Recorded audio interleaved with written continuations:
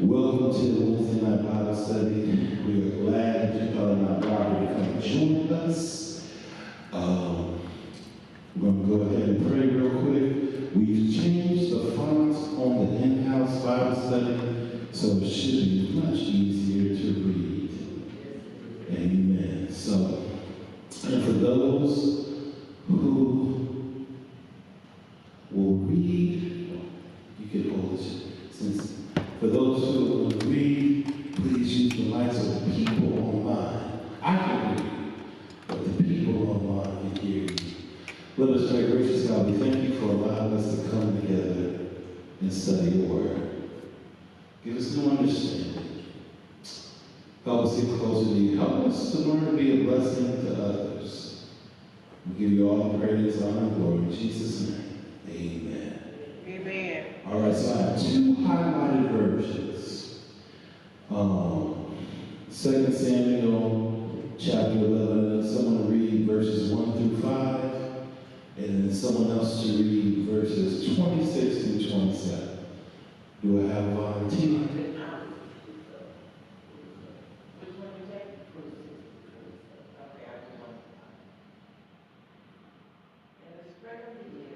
Please use the microphone.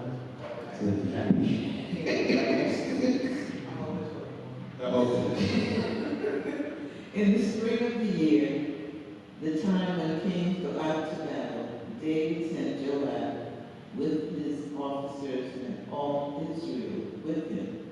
They ravaged the Ammonites. You had to read the first time.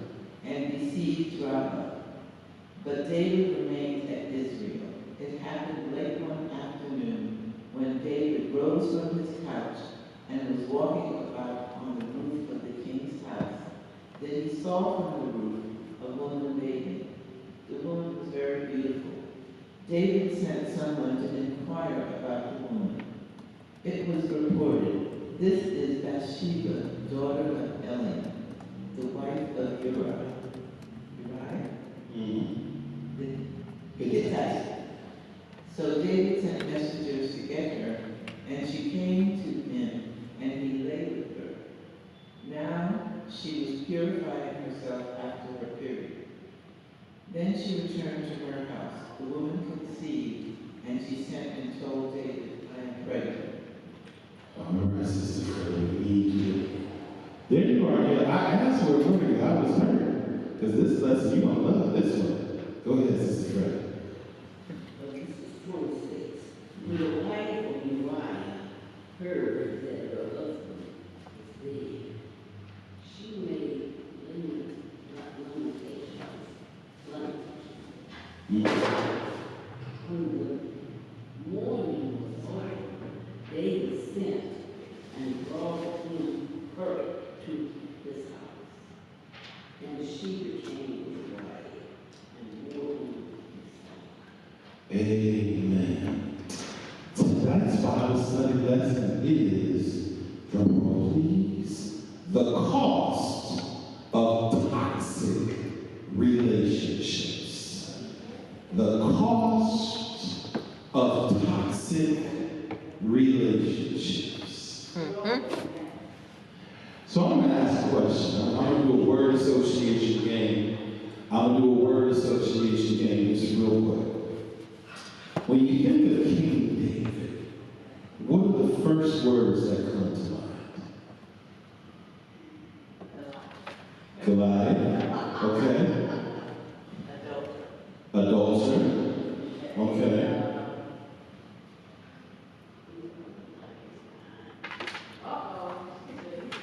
Oh, he was. The Bible said he was very attractive. She's telling the truth.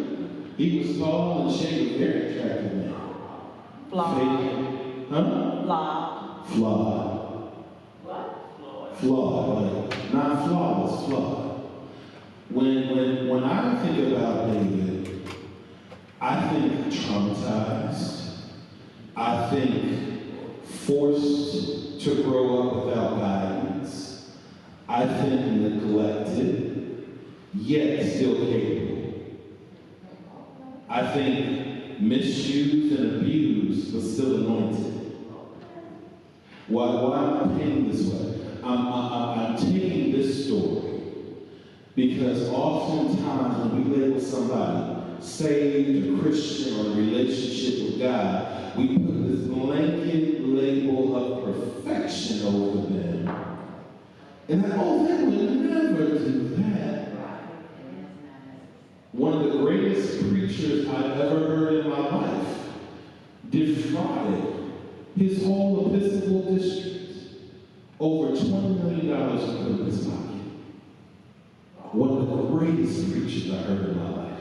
I'm not saying his name, because all that's been handled in the news and the feds and the FBI charges. But I'm saying, oftentimes we hear the late, especially if it's reverend, or student, or trustee, or church also, we put this blanket overflow. And we do the same thing with David.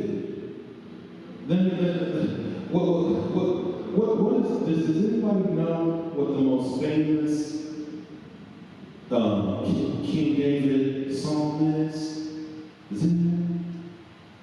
I give you my guess. It's probably the first song. If you don't know any other song, you probably know this song. Glory. Huh? That's close. It's the 23rd song. Lord is my shepherd. I shall not want. Yeah, that's called a Davidic song, written in honor of David's life and David's experiences. There's another song where he says, I acknowledge my transgressions and my sin is ever before me. That's when he repents for this. Oh, thank you. That's when he repents for all this mess he did. But what we're going to talk about is the cost of toxic relationships. Now, first of all, I'm going to outline what happened. Because Bathsheba has been getting a bad rap forever. So,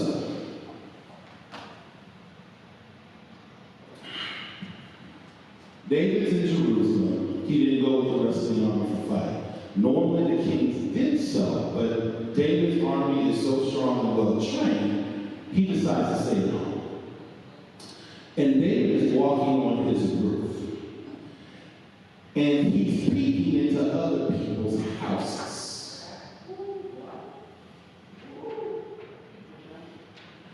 Because he's king, and to be king in ancient times, especially because he was the king over Israel and Judea. He is one of 3 kings that rule over both countries. So he's king over both nations, so everything and every person's life around him, he is given the authority of life and death over them. So imagine somebody's walking around one day and saying, hey, you, I don't like you. Kill him. Nobody's going to say the king had no right to do that. They may say that's messed up, that's wrong, they didn't deserve it, but no one's going to challenge the king because the king was considered next to God. While I'm saying, so he sees Bathsheba bathing, minding her own black business. Bathsheba is Uriah's wife.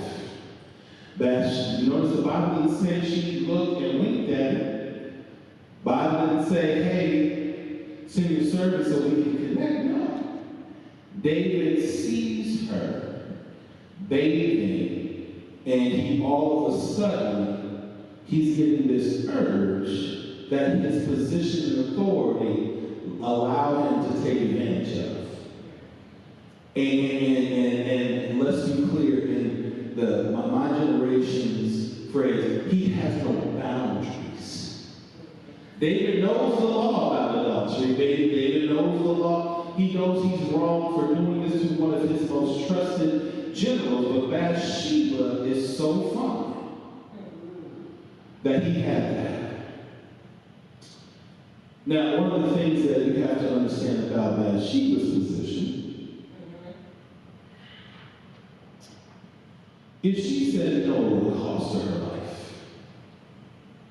Bathsheba's position is kind of like, I'm going to talk about my girl. My girl, Sister Freda, in high school when I was 14, 15, 16, half the girls my age that I had a crush on had a 25, 26, 27, sometimes 30-year-old boyfriend. Now, most and the boyfriend should have thrown in jail. But we were trying to talk to him, and the boyfriends roll up in their car.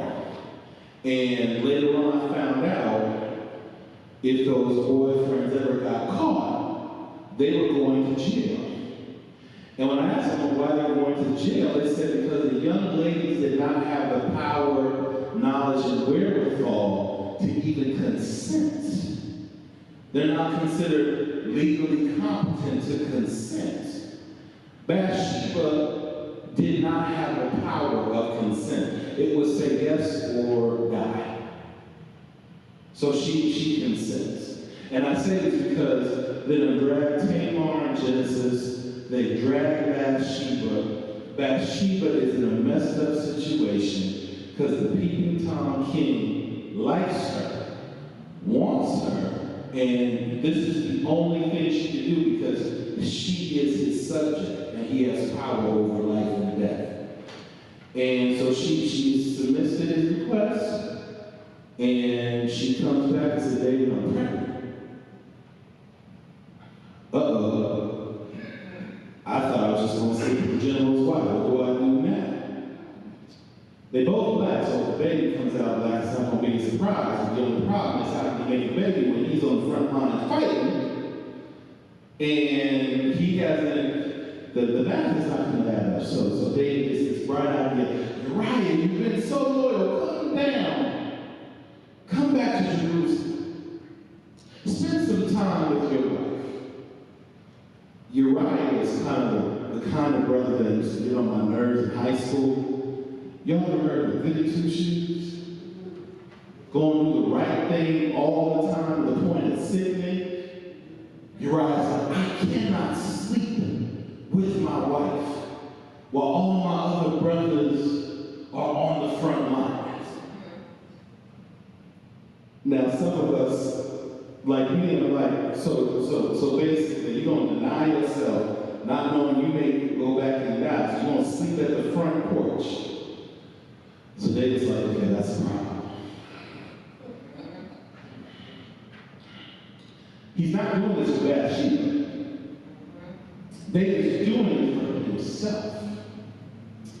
Because he's never learned to develop a healthy romantic relationship. His first wife was Saul's daughter, who had to lie for him while he escaped when her daddy came to kill him. He's never had a healthy example. We don't know anything about his mother. So he doesn't have a healthy example. So he says, okay, this is what I'm going to do because of the appearances, this will put my authority in check. So we're going to type up these orders. And we're going to give it to Uriah and say, do not open them because Uriah is so loyal and so obedient. Also, we don't know if Uriah can read because not everybody read during that time. He gave the letter to the commander, which says, when the army comes up, the entire front line step back and let Uriah die. So David kills this man to cover up the fact that he forced his wife to sleep with him, and she got pregnant. Sounds like a Maury Povich show. Sounds like America's Most Wanted. Sounds like a current affair. I know some of us are old enough to remember that show. My parents let me stay and watch it. That doesn't sound like something an old king. That doesn't sound like someone who favored with God. That doesn't sound like someone who loved God will do the best. But I'm telling you, this happens all the time. Where saved folk, saved people who truly believe in Jesus have trauma and baggage and things they don't deal with that ends up pushing them to act outside of what they profess to believe. And it really shows up in dating. What do you hear about the dating world now? That we can say in church? It's trash. Trash, it's a cesspool, garbage It's a pool that has mold growing on top of it with hair.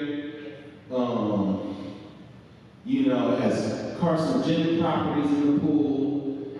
You know, my favorite analogy is the Hunger Games, and the way they say it's made the odds ever be in your favor, that's from the movie. That's how the dating world's. As a matter of fact, a lot of people are staying married because when they want a divorce, they go look out and say, oh, no, I don't want to go out now.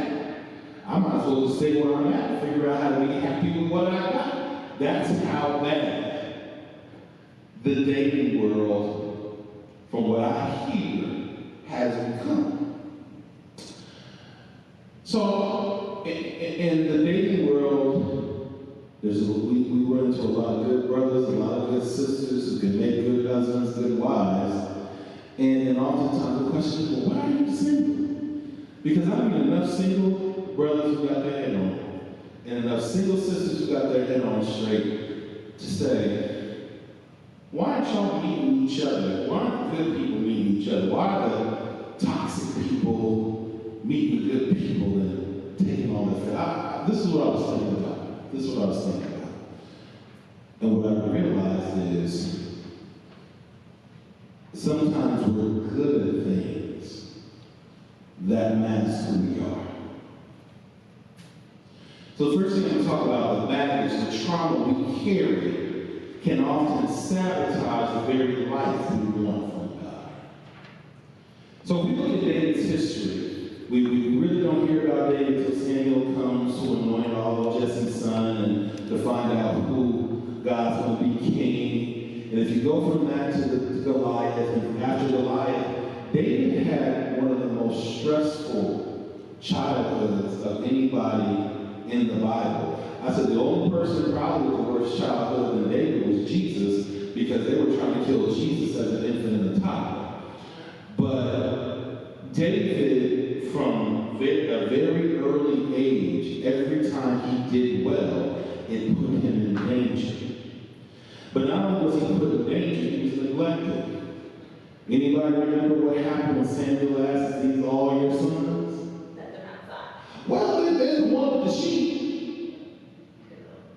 His own father didn't even see him as a priority. David was raising himself for the most part. We don't hear about any relationship with the mother. Never hear about David having a relationship with his mother. His first wife was his father-in-law was trying to kill him, and he was on the run, and he had to really raise himself. And he was good at war. He was good at killing people. He was good at running victories, but he had no experience having healthy relationships.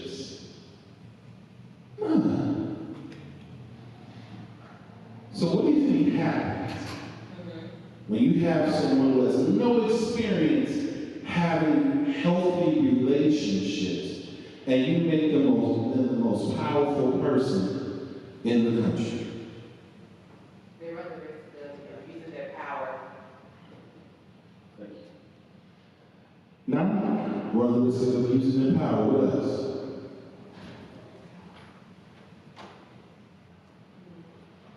What else? Using their power. Create broken relationships. Well, I'm going to give you an example. Do you guys remember Governor Andrew Cuomo during the pandemic? He was one of the most outspoken people on MSNBC. Matter of fact, he was doing so good, I'm like, I'll vote for him for president. Then all of a sudden, what happened? All these sexual harassment allegations and affairs and misconduct, and his whole career went from shooting up to the top to plummeting down.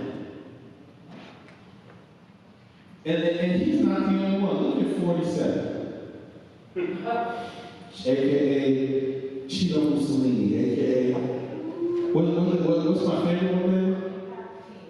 Yeah, the pumpkin Palpatine. Now he's the opposite. He's nothing but a trauma response. But when you get people in authority that are good at certain things, if they don't deal with their issues. So David never got a chance to deal with the issue because from day one, he's fighting. Even in this moment, when he sees Bathsheba, he's still in the midst of war. So in the midst of this war mindset, in the midst of how how he grew up, he says, "Ooh, I'm going to take her.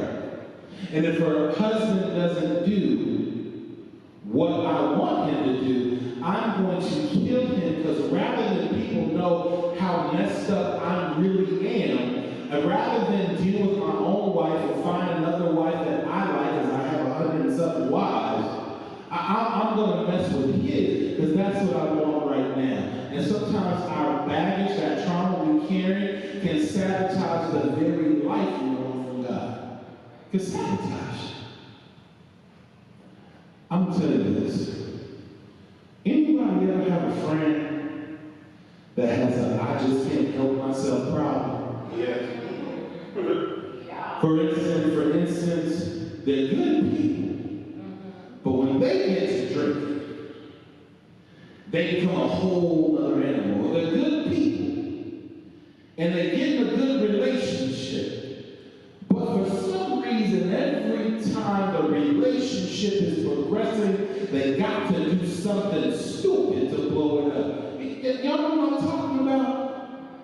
Or anytime they make a new friend, a relationship, and the friendship is going well and they're happy, all of a sudden they're looking for a reason. I don't know. This person, I haven't caught them in a lie yet. Friends are supposed to lie to each other. I don't know. They haven't shown me their bad side. Why are we looking for a bad side?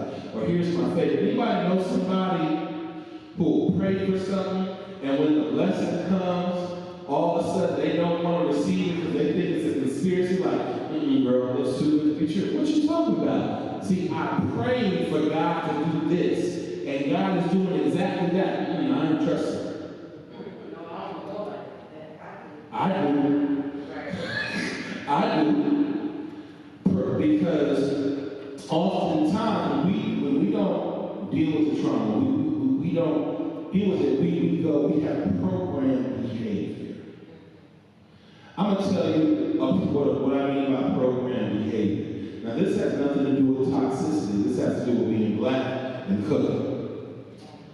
When I go to the family's house on Thanksgiving and Christmas, this is not the time to put them on. This is not the time I say, I wonder what the andouille sausage would taste like in the macaroni and cheese. This is not the time to switch up the sweet potato pie recipe. This is not the time to say, let me put whole cloves in peach cobbler this year. No! Because the learned behavior at a black holiday, you bring the staple as you cooked it for the last 5, 10, 20, 50 years, because they're going to talk about you. They're going to talk. That's a learned behavior. But some of us get learned behaviors from our baggage. And sometimes we keep carrying that baggage because we think our suffering, our baggage, our trauma is what defines us. I don't know if y'all remember, I was talking about something that triggered me when Michelle was real young. And that's when all these black fathers were really stepping up our game. They'd have put all this messaging about us being deadbeat dads on Father's Day. And Mahogany, the black greeting card company, made a Happy Father's Day, Mom. And when I talk about that and teach, I said, what we're doing is teaching now one parent is optional, that is not a team sport. Doesn't mean we don't honor single moms or single dads, but we're teaching a misunderstood. But the thing was, they did that when we were stepping up. Because in the middle of the crack epidemic, there were no Happy Father's Day mom cards. Because the system was putting brothers in jail like that.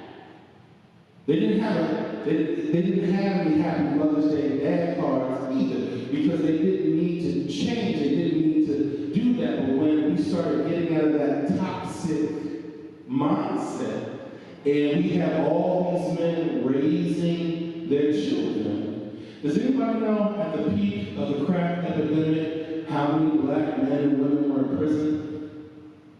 1.2 million. Do you know how many black folks are in prison or in the system now? Nationally? Only 441,000. And we've been decreasing over years. And that's including parole, probation, federal, and local. But if you listen to the news, they make you feel like we got about 3-4 million black folk in prison. And so, but what happens is, we get the reason why they don't push that, if you're carrying that baggage, it puts you in a loop. David was in a loop. When it came to having marital relations or romantic relationships, he did it in the mindset of what he knew. Taking. Military was about conquest. Military was the victor makes the rules. He wasn't thinking in his God mind right there. He went to war for God. He built a country for God. And when it came to his interpersonal relationships, it was his baggage and his toxic relationships that did the talking. So point number 2. When we carry an attitude of bearing the past, we often create an opening for toxicity to enter into our lives. Now, I'm going to be here for you because I talked about this in seminary. Do you know, I don't know if you guys remember in the mid to late 90s, early 2000s, there was a lot of things about legalizing same-sex marriage. Y'all remember that? And there was a lot of pushback from the black church, all from AMEs, all of them. And a lot of people just thought, oh, black Christians hate the LGBTQ community. That wasn't it. In seminary, I started doing research about stuff that, going back to Arkansas, Florida, Louisiana, stuff that would happen to us, where both young men and young women would be assaulted by people of the same gender. And what did they do? They said, we won't go to church and tell the pastor. Because we didn't have therapists back then, Sister Fred. And we couldn't go to the police, and the police couldn't go arrest the person, and we couldn't, oftentimes, we couldn't even tell the father, because the father would go kill the man, and then they're going to go lynch the whole town. So they told the pastor. And we would pray about it. And then we would sit in a place of spiritual superiority from the fact that this was not something that was put on me, and their sins, and what this says in this text says, they're going to hell. And that generational trauma that never got addressed in our community came in response to when they tried to push this legislation. Now, I'm not saying this is for or against. That's not my point. What I'm saying is the black church was remembering trauma where even though the LGBTQ community is not existing in the context of what was done to us historically, that pain and trauma was still there, and it created our response. That makes sense? And sometimes, anybody ever tried to push everything in the past and just forget everything that happened and backfire on you? Because you're like, oh, it's in the past, it's in the past. Forget it, it's in the past. I don't have to deal with it. It's in the past. We're never going to speak about it again. And you can, but it creeps up. Look at David. They have the baby. The baby dies. Then the prophet, I think it was Nathan, comes and checks him. So this is what you did. You know what you did. Then David repented. Then he says, I forget the song, he says, I acknowledge my transgression and my sin is ever before me. But David doesn't have to pay the cost that Uriah had to pay to cover up David's sin. So sometimes we carry it like we don't have to talk about it, we can forget about it if we don't deal with it. It'll go away.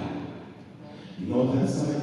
Anybody remember when the gastric bypass was the biggest thing on earth? Well, all us big folk go to get the gastric bypass, we lose like 200 pounds in 6 months. Can I ask a question? Anybody know anybody that got the gastric bypass? Any of them still small? It's usually going to be about 20-25%. But people are like, why? Well, if you emotionally eat, you will stretch out that stuff. I know somebody, it makes no sense. They got a gastric bypass and they drink 2 bottles of wine a day. You did it to lose the weight you found. The only way to put empty calories consistently through your body. If you don't deal with the stuff that reflects in our weight, or reflects in how we deal with relationships, or reflects with how we do with our kids.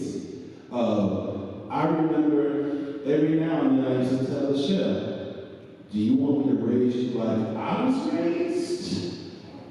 Or how I'm raising you, especially when she acted up. Because some of the stuff she would do, I said, now, if I did that, my father would put me through the wall. You mean slam it? No. He would have put my whole body through the wall, and I might not be living. He might bury me in the backyard. And you know what? I believe him, Sister Fred. I don't think he was playing. My father didn't play. And she's like, no, Daddy, no, you're fine. I said, then do what I said. But sometimes when we carry that and we try to bury it, that past creeps up in different ways. And some of the things we're looking so forward to never happen for us because the toxic stuff, the baggage, that stuff gets in us, and it gets this programming to where we get anxiety. We get scared. Because I'm going to say this, I've said it once.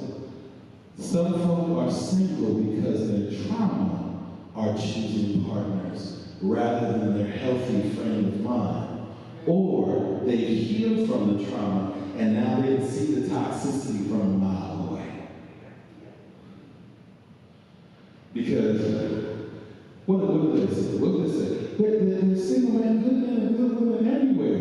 But they miss each other because if you're walking with a trauma-filled lens, But here's the thing. This is just, you can't have a relationship with God and choose a partner who doesn't believe in God and expect to have a fruitful relationship. Now, you can introduce them and come to worship, but the fact of the matter is they have to have their own relationship with God because it's going to put stress. And it doesn't mean that you don't like them or have a friendship with them, but it does mean you gotta understand who and what you are. Because the frequency of relationships that fail or are categorized as dysfunctional have more to do with our actions informed by our trauma than the availability of a good man or good woman in the pool. Let me tell you, as the pastor, I get to find out everybody who has a single friend, niece, nephew, grandson, son, that one husband. Well, I get to know it all. I know so much I intentionally forget so I can say I forgot. And the reason is, I made a TikTok once. I said, I don't look up anybody's The Hunger Games. May the odds ever be in your favor because I don't want to be responsible. I don't want to be responsible. But why do you say that? Why do you say that? Because David looks good on paper. David looks good on paper. This is written. That means this was well known in the entire kingdom that this stuff went down. You don't hear about, oh, one of David's wives said, I don't want to be with him no more. No, I'm with the king. I ain't going nowhere. They chose the dysfunction. And when we choose dysfunction, and we consistently go through the cycle of it, if we don't know that it's our trauma that we hold on to, we're just going to go through the same stuff and keep asking ourselves why when God tells us we don't want to hear it. We don't want to hear it. David didn't want to hear it. David was such a bad husband, he was even a worse father. One of David's sons sexually assaulted his daughter. Then his other son, who was overprotective of his sister, when David wouldn't punish that son, killed that son. Then after that son, who killed his other son, came after him. David said, don't kill my son, but his generals killed that son. So his daughter was disgraced and couldn't be married. Two of his oldest sons were killed. He didn't really have a relationship with his other children.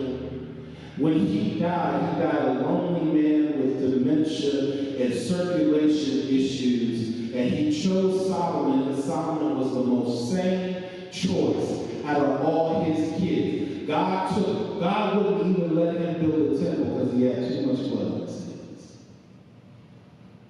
That doesn't mean he wasn't a great king. That doesn't mean he didn't do great things for God. That doesn't mean that he wasn't a man after God's own heart. But what it does mean that his trauma and dysfunction kept him from living the best life that God wanted him to have. And some of us do that too. Any questions so far? I've been talking a lot.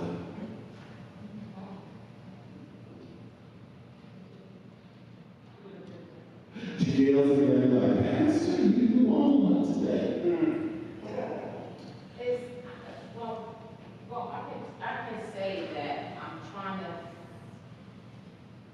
make sure I hear I would like to hear how, in a sense, to change. Hold on, you hold that thought, I'll be right back. Pastor, drink a gallon of water.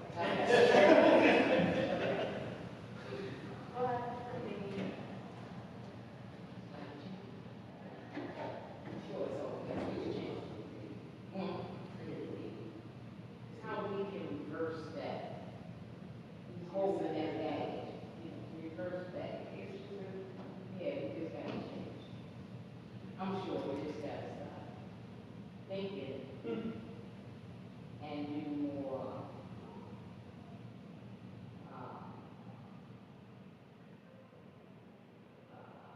Walk in how no action.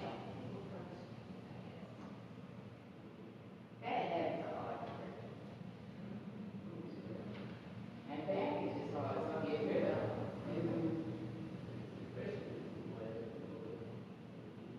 Well, a lot of times people see people like my time is 6 voting. You can see that home.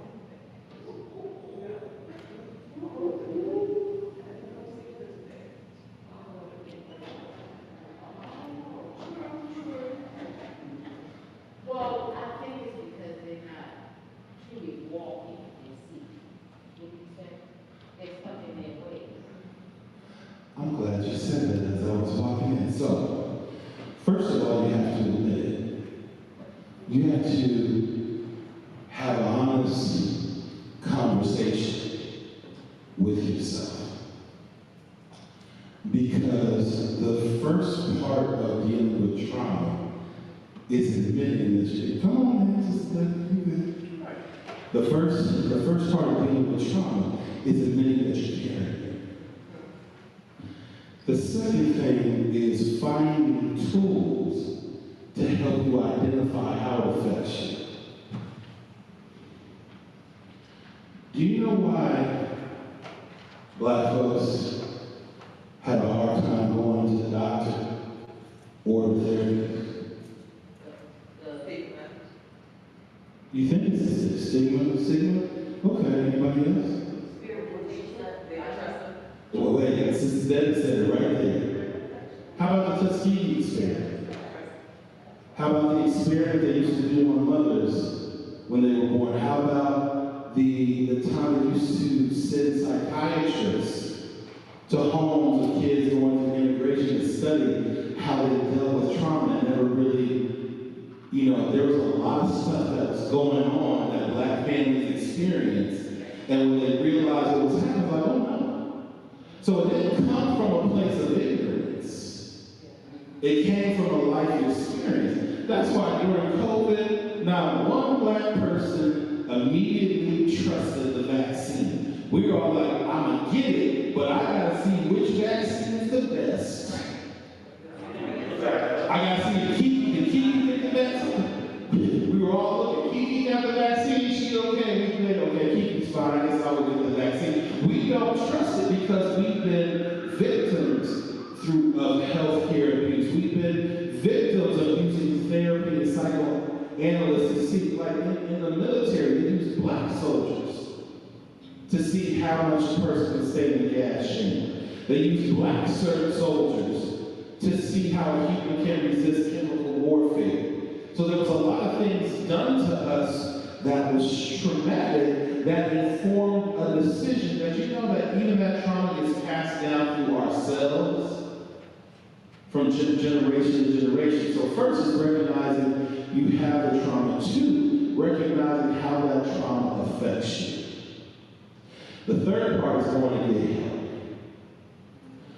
And the help may not look like the way you want it to look. Talking to Big Mama may not help. Because Big Mama may be dealing with the same trauma you're dealing with. That's why therapy becomes important. But at the same time, you have to choose to want to be better. You have to choose to want to address it. Because here's the thing. So many of us in our lives trying to pursue something, to gain something that we may never achieve. In the happenstance we achieve it, and all of a sudden, like, it wasn't the big deal that I thought it was going to be. It wasn't the apex. When I got my doctorate, I thought it was going to be the happiest man in the world. After I finished, I was like, ooh, okay, where's the paparazzi? Where's the flash? Where's this? What really happened is I realized this did not make me as happy as I thought it would be. This is not bringing me fulfillment like I thought it would. Do you know what that does to me? I'll give you another example. When people get married, sometimes they feel like after I say I do, I'll be the happiest person in the world. Then you find out you have to learn who that person is after the honeymoon. You gotta learn all their bad habits. You gotta love them through them too. And while they're trying to love you through all your issues. So sometimes we achieve things and we don't know that's fulfilling, but we're pursuing them because we think they're gonna make us happy.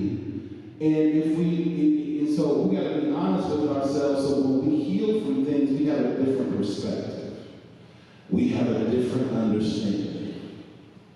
And so when you say, how do I get it? First of all, define what kind of life do I want for myself. You know what exercise I use? Here's the exercise I use. And I got this from therapy. Yes, pastor goes to therapy. I imagine if there was no financial, if I had no worries, bill-wise, physical condition-wise, what would my perfect life look like? And when we did this exercise with therapy and my coach, I found out I had no idea. Because what I realized is most of my life had been in the pursuit of achieving certain things that I thought would make my life better, but I had no idea what a happy, fulfilling life would look like. And it was weird. First I thought it was a bunch of stuff, but then really I got to a point in my life where stuff didn't make me happy. Then I started thinking about, well, if people thought I was the man and I had all this notoriety and fame, and I found out that doesn't make me happy. And when I really started thinking about it, I was like, having people around me that really love me makes me happy. Having real friends makes me happy. Being able to enjoy life and having a strong relationship with my wife makes me happy. And I figured all this other stuff that I thought was so important was actually a distraction. But if you've always been hungry, growing up, if you remember what it was like to eat government cheese and government butter and get the black and white box that just said rice on it, or you had to eat the Fruity-O's because there was no Fruit Loop money, and you had to mix the pet milk with the powdered milk and put it in a regular milk bottle and make you think they bought the milk and try to get it to taste like. If you went through that and you finally get every single bit of food you ever wanted, every ice cream, everything Because eating 1 to 2 meals a day is traumatic for a child. Being in a scarcity situation is traumatic for a child. And if you've never dealt with how that made you feel, if you don't do the healing, say, wait, I'm not suffering like that. That may be. So I'm talking about those kind of things. Does that answer your question? Sorry. And I'm saying that because, especially in human relationships, sometimes that trauma misinforms us of how we see one another. Oftentimes, I love when people ask me about marriage my age and younger now, because now I actually feel like I have something valuable to give them. In my 20s and 30s, I'm like, look, I'm trying to figure this thing out myself. Ask me if I'm still married in 10 years. That was my mentality back then, because I was flying by the seat of my pants. But what I found out was, I said, if you're not honest with yourself with what you need, not what you want, what you need, and if you're not honest with yourself about who you are, you'll never be able to have that relationship with anybody. Because what's going to happen is, because I said people who have relationships with God engage in toxic habits in relationships, and we see this all the time. We see it in church drama. We have people, members all across the country in churches that we say, why do they do that? Why are they always doing that? Trauma. Why do they act like that? Trauma. But the reason why it's happening with believers, is we compartmentalize our relationship with God so we can, pardon me, Sister Fred,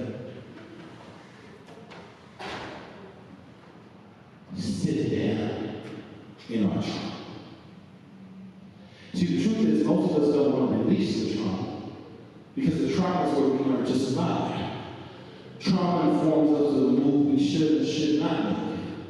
Trauma makes sure that we can take care of ourselves. See, trauma educates yourself. If you were abused growing up as a kid, then you know that abusive personality, so you make sure that you don't bring that around you. The problem is, if every problem is a nail and all you deal with a hammer, sometimes what you think is there is not there. See, we compartmentalize. God is over here with our job. God is over here with how we raise our kids.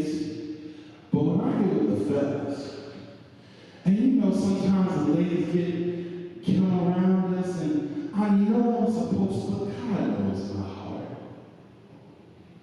Trauma.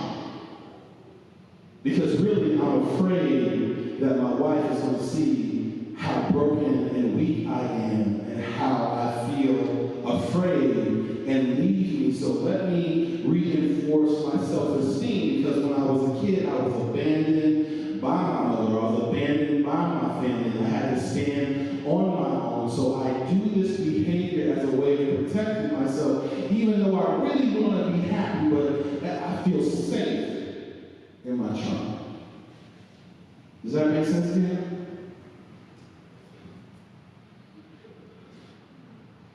See, I like it, because Gil is about it. She's not scared to ask the hard question.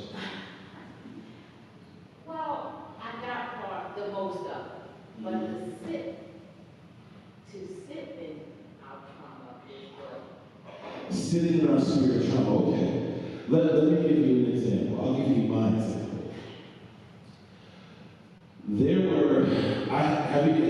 Are people familiar with coping mechanisms? Mm-hmm. Okay. Well, coping mechanisms come to an extreme to get labeled as addictions, but everybody has coping mechanisms. Some are healthy, some are unhealthy. When I was young, I had certain coping mechanisms that were so unhealthy, my entire world could be crashing around me. But as long as I engaged in them, I felt home. I felt like I was going to be okay. So let me give you an example. Imagine if the job is at stake. Imagine if the marriage is on the rocks. But as long as I'm going out with my frat brothers, This wasn't my coping mechanism, y'all. I'm just using. As long as I'm going out with my frat brothers every week, as long as I'm out here barking and setting out houses, as long as I can go get drunk as I want to, I feel okay. I can go deal with this toxic chaos. I feel okay in the midst of my work falling down because my coping mechanism is what makes me feel alive. Is that starting to make sense? So I sit in my coping mechanism. Or it could be just eating. It could be I want to go out and eat and spend money on expensive meals even though I don't got money for rent and my cell phone's about to get cut off. But as long as I can live this life in front, I feel okay. Is that making sense? Go ahead. To add a little bit to that, so thinking about sitting in our trauma, for me, it would look like maybe I've had something traumatic go on in my past, for instance. When my brother was killed, I went to very bad depression, and I knew I was depressed. And it would be as if in that depression, knowing that I'm depressed, instead of going to seek help, going to get therapy or something of that nature, I did the opposite. I retracted from the world. I stopped caring about things. And because that felt easier than going through the process of the loss of my brother, trying to understand what that was like. So some people, they do the same thing in other ways, whether it's grief, whether it's things from their childhood, or what have you. They may recognize it, but sometimes it's easier to, entertain them that you know than you don't. And they'll seek the help because sometimes we're afraid of that change, because change can be painful, and most times it is. And so some people get comfortable with that. So instead of changing for the better or wanting to seek help, it feels easier and comfortable just to sit with whatever you're going through. Well, I think I just want to understand, this has nothing to do with God, it's just myself. Okay, I'm glad you asked that question. When I say compartmentalize with God, have you ever said any versions of the following sentence? How can somebody act like that and go to church? How can somebody act like that and claim to love God? How can somebody do those things and say they have Jesus? Does that sound familiar? That's a compartmentalization effect to where who God is in their life is over this little circle. When I step out this circle, I can show my mind, I can cuss people out, I can operate in this space of trauma. Because on Sunday I walk in, I'm home. Yeah, man, it was like that today. All of a sudden it's, how do you act like that? That's why when I first got here, I said, there's not a loving person. They don't believe in God. They can be churched. But God said, love one another like I love you. By that, you will know you're my disciples. But sometimes we compartmentalize God. So God is great in the sanctuary. But then we go to the club. And I hate it when preachers judge folks for going to the club. I went to the club. I'm just too old to go to the club. Lady Ashley, we go to a lounge, clubs. That's for young folk. But there was always a sense of judgment. So what will happen is, just like David's in relationship with God, loves God, is faithful to God, governs over the people of God. And here's the sad part. He governs the people of God fairly. He's a good king, but he's a terrible father and a terrible husband because the trauma he grew up with, he never dealt with. So the things that he compartmentalized in God, he was great at. He was a man after God's own heart. See, what I'm dealing with is not, are we perfect or not, are we saved or not? What I'm dealing with is, as Christians, as we are works in progress, sometimes we don't know the stuff that we go through puts us into a space where we make certain kinds of decisions based on the baggage. Based on the baggage. And the reason why we're able to sit in the baggage is because we don't make God a whole part of our life. We say, okay, God, that this is your space in my life right here. You sit right here, you rule over this. But when I'm over here, you say I do. Matter of fact, I'm gonna act like I don't even do this when I'm in the part of my life with you. And here's the point. Here's the point. Healing develops our readiness and is a disconnecting action from the toxicity. Healing, therapy helped my two grandparents, who were the love of each other's lives. True story. My grandparents divorced probably a year or two after I was born. They had been together for 30-something years. After the divorce, my grandfather started a 20-year campaign to get my grandmother back. My grandmother got remarried and divorced. But what helped him was they decided to go to therapy because they wanted to be able to get along for their children and their grandchildren. And the funny thing is, they didn't get remarried till Michelle was 5, 6 years old. They had known each other since 1944. That's when they met. And so, 76 to 79 years old, 44 or 47, they said we were 13, but they never tell me who was 13. So, between 76 and 77 years, the last 15 years of their life, they spent together because my grandfather let go of his trauma that was sabotaging his relationship with my grandmother. He set all the stuff aside. He set his ego aside. He set being cheap aside. My grandfather had money, but he was born in 1931. That Depression era saved everything. Because they were there when the bank shut down and took everybody's money. So, he even let that go. And the last 15 years were the most wonderful years in his life. I mean, this man, do you want to talk about letting go of trauma? This man was at her house every day. He lived in San Francisco, which from here to Aliante add another 15 miles, okay? So that's how far my granddad was there 3-4 days with cutting the grass. Oh, you don't need a landscape. I'll cut the grass. It's a 2-acre property with hills. He was cleaning the pool, feeding the dog. I thought he lived there. Then one day, me and Lady Ashley come over there. My grandmother has this huge ring on. She said, well, he wouldn't let me date anybody else. So I guess I'll take it back. And they were married New Year's Eve 2010.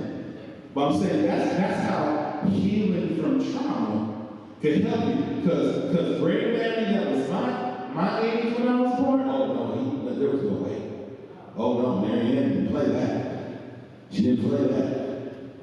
But he going through that therapy and going through the growth and letting go of trauma and letting him know how to release the things he had been through. You're talking about a man at 6 years old saw someone get lynched running home because he didn't get home before the street light came on.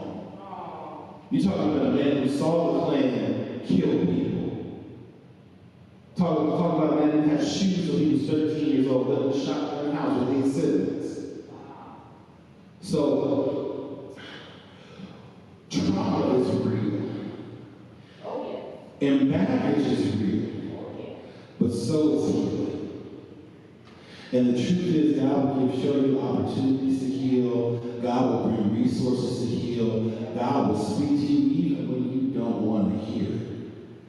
And it's not just relationship. It could be with you. It could be with your health. It could be with loving yourself. Because I'm going to tell you what, the number one traumatic thing that a lot of us have in our community, we don't know how to love ourselves. The main reason brothers and sisters never find that quality partner is they don't believe they're quality. They believe they're fine, they look good, they got good credit, a good job, they got their stuff together, but they don't feel like they're the best.